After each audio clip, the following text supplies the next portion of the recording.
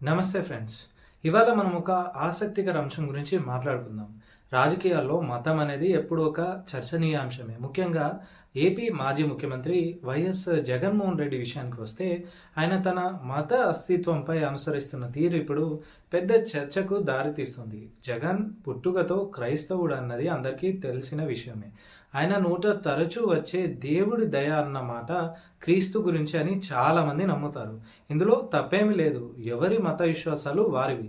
రాజ్యాంగం ప్రకారం ఎవరైనా తమకు నచ్చిన మతాన్ని స్వీకరించవచ్చు, ఆచరించవచ్చు. కానీ ఇక్కడ వస్తున్న ప్రధాన విమర్శ ఏంటంటే, జగన్ తన మతాన్ని ధైర్యంగా ఎందుకు చెప్పుకోలేకపోతున్నారు? ఒకవైపు క్రైస్తవుడిగా ఉంటూనే, మరోవైపు హిందూ ఓట్ బ్యాంక్ కోసం తాను హిందువునని నమ్మించే ప్రయత్నం చేస్తున్నారా అనే అనుమానాలు ప్రజల్లో అయితే కలుగుతున్నాయి. ఎన్నికల సమయంలో ఆలయాల సందర్శన లేదా తిరుమల వంటి పవిత్ర క్షేత్రాల్లో డిక్లరేషన్ ఇవ్వడానికి నిరాకరించడం వంటి అంశాలు ఎన్నో హిందూ సమాజంలో కొంత ఆగ్రహాన్ని అయితే కలిగిస్తున్నాయి.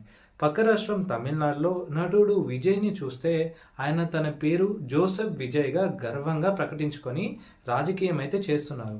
మరి జగన్కు ఆ ధైర్యం ఎందుకు లేదు?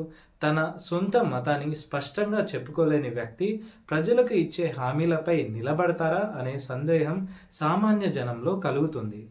రాజకీయ ప్రయోజనాల కోసం మతాన్ని వాడుకొని వదిలేసే వస్తువులా చూడడం సరైనదేనా? క్రైస్తవుల మద్దతు ఎలాగో ఉంటుందన్న ధీమాతో హిందువులను మభ్యపెట్టవచ్చు అనుకోవడం అతి తెలివి అవుతుందేమో.